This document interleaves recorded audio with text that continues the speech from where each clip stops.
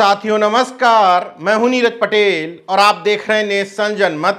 इस तथाकथित रामराज्य वाली सरकार के लिए धर्म प्राथमिकता पर है, चिकित्सा और शिक्षा ठेंगे पर। यह बात यूं ही नहीं कह रहा हूं। मोदी जी इस समय अपने संसदीय क्षेत्र यानी कि बनारस में हैं।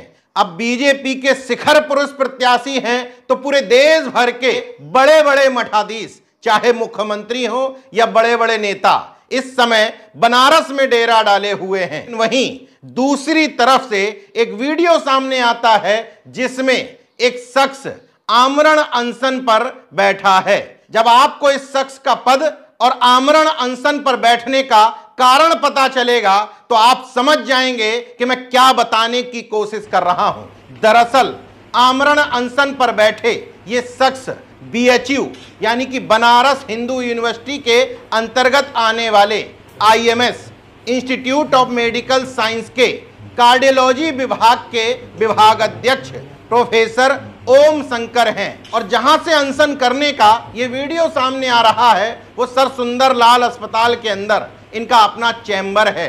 अब सवाल ये उठता है कि प्रोफेसर ओम शंकर को आमरण अनशन करना क्यों पड़ रहा है। दरअसल प्रोफेसर साहब चाहते हैं कि मुझे हृदय रोगियों का ज्यादा इलाज करने दिया जाए। अब आप सोचेंगे ये किस तरह की मांग हुई? क्या डॉक्टर साहब को रोगियों का इलाज करने से रोका जा रहा है? जी हां, आप बिल्कुल ठीक समझ रहे हैं, रोका जा रहा है। नेशन जनमत से बातचीत करते हुए प्रोफेसर ओम शंकर साफ साफ आरोप लगाते हैं कि IMS के जो चिकित्सा अधीक्षक हैं डॉक्टर के गुप्ता, वो नहीं चाहते कि कार्डियोलॉजी विभाग में ज्यादा से ज्यादा मरीज एडमिट हो पाएं। वजह स्पष्ट है कि 2 साल से जो 41 बेड प्रोफेसर ओम शंकर यानी कि कार्डियोलॉजी विभाग को आरक्षित किए गए हैं, वो वैसे तो कागजों में प्रोफेसर ओम शंकर के पास हैं, लेकिन डिजिटली उनको लॉक करके रखा है MS ने। मतलब बेड तो कार्डियोलॉजी विभाग के पास हैं, लेकिन उन पर किसी को एडमिट नहीं किया जा सकता। अब सोचिए, ऐसे देश में जहां हृदय रोगियों की संख्या देश में टॉप पर है, प्रोफेसर ओम शंकर बताते हैं कि हर तीसरा मरीज हार्ट का ही निकल रहा है। इस देश में हार्ट अटैक की संख्या लगातार बढ़ती चली जा रही है। ऐसे में उनको जो 88 बेड दिए गए थे कागज में, उनमें से केवल 47 पर ही वो मरीजों को एडमिट कर पा रहे हैं। 41 बेड डिजिटली लॉक कर दिए गए हैं। ये एक अलग मसला है।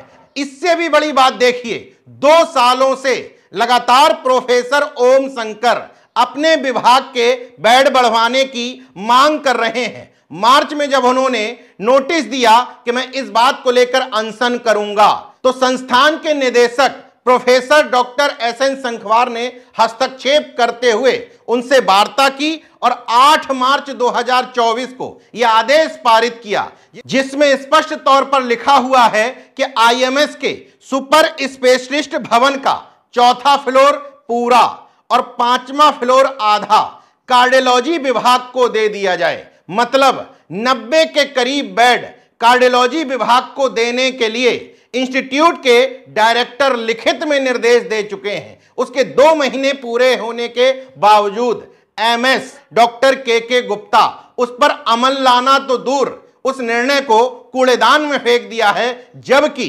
कितने बेड किस विभाग को दिए जाएंगे वो डायरेक्टर के अधिकार में आता है, MS का उससे कुछ लेना देना नहीं।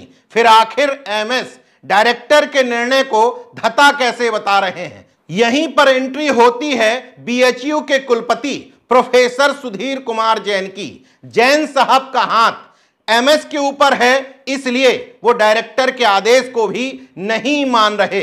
अब सवाल ये उठता है, चिकित्सा अधीक्षक डॉक्टर के गुप्ता और कार्डियोलॉजी के विभाग अध्यक्ष प्रोफेसर ओम शंकर के बीच अदावत क्या है?